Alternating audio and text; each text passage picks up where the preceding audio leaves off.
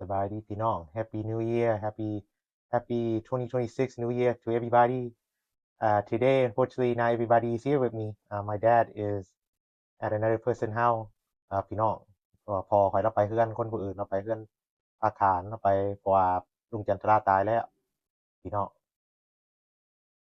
นั่นเด้มื้อนี้ New Year เก่าฮักคือเก่าเด้กินของกินเมี่ยงดิพี่น้องเดี๋ยวเบิ่งเมี่ยงดินี่ก็เอาน้ำลวกกินก่อนเลยซะเดี๋ยวกินเบิ่งให้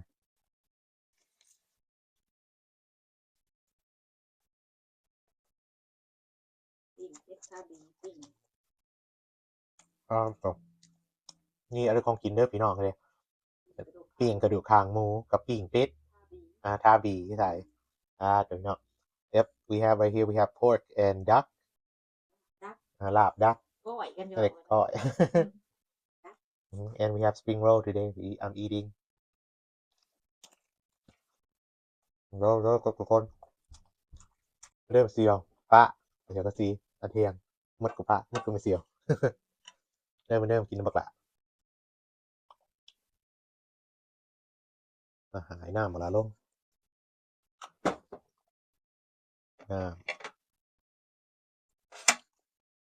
น้ำทา spring roll ครับเอาไว้ได้ everybody at okay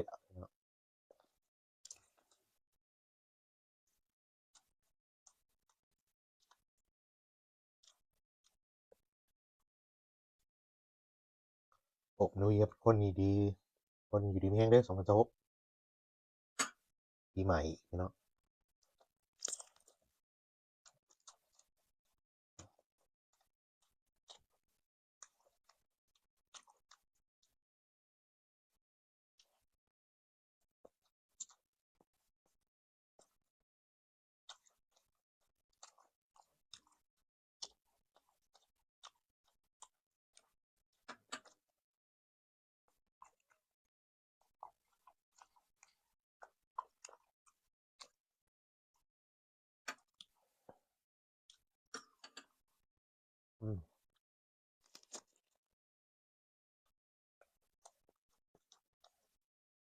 ก็เนาะ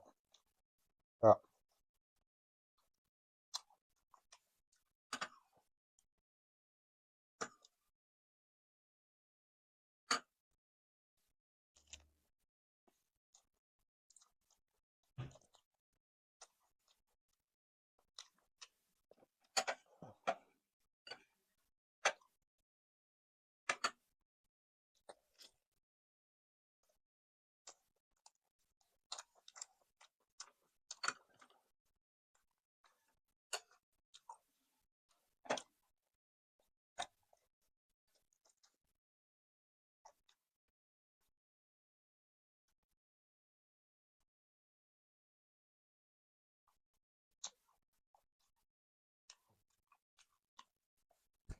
เปลี่ยนดิปพี่น้อง spring roll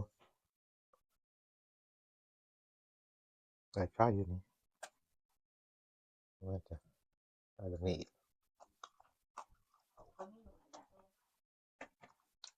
ยังนี่มีกระปุกนี่